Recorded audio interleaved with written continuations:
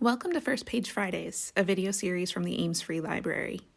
Join us each week as AFL staff share the first pages of books from a wide variety of genres.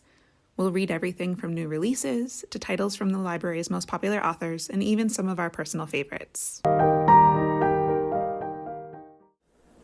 Butcher and the Wren by Elena Urquhart. Chapter 1. Jeremy hears the screaming through the vents.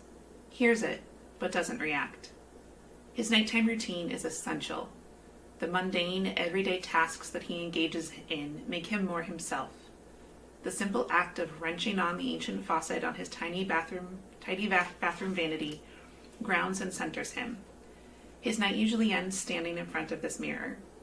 He is freshly showered, and normally he follows it with a close, leisurely shave. He likes to crawl into bed with a clean body and mind. He takes the time to ensure these preparations happen nightly, regardless of any outside disruption. Tonight, a particularly loud screech pulls him from his routine. He stares into the mirror, feeling rage entangle itself into his senses. He can feel it rising like an invasive rot. He can't think with the almost rhythmic screaming now rising from the basement. For as long as he can remember, he has hated loud noises. As a child, he would feel his surroundings close in on him like a vice whenever he was amid the sounds of a crowded place. Now the only noises he craves are those of the bayou. Its symphony of creatures soothes him like a warm blanket. Nature always makes the best soundtrack. He tries to block out the screaming.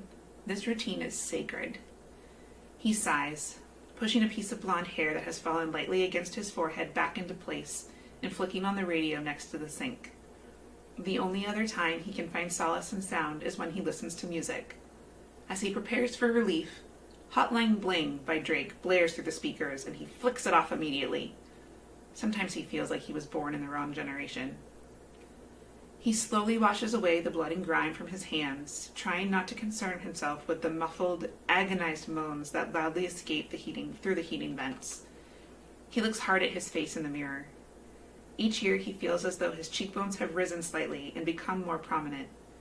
It is an oddly satisfying consequence that aging has thrust upon him, and he feels blessed for it. A lot of well-adjusted people admire a well-sculpted skull. Most of them don't even understand how primitively ominous that particular fixation is.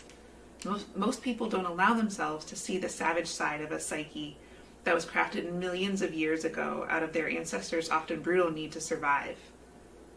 These are the traits that evolution deemed to be useful. People are just too dumb to understand that their own predilections are suggestive of a gene pool that is rooted in brutality. He doesn't necessarily look like someone entangled in depravity. He appears innocuous, and at times could look downright wholesome. That's why it all works. There is a plant called a Morphalis titanum that is colloquially referred to as the corpse flower. It's large, beautiful, and without any outward mechanism that would suggest it is dangerous. Yet, when it blooms, every 10 years or so, it releases an odor that resembles rotting flesh. It survives, though. It thrives. He is not so different from the corpse flower. People flock to this curious plant, and it has cultivated a base of admiration despite its quirks. Tomorrow is Thursday. Thursday are his Friday, but he truly hates when people say things like that.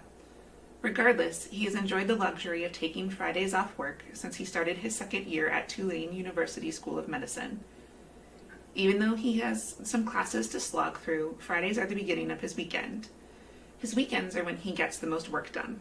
He is particularly excited because he has real plans for his current house guests this upcoming weekend.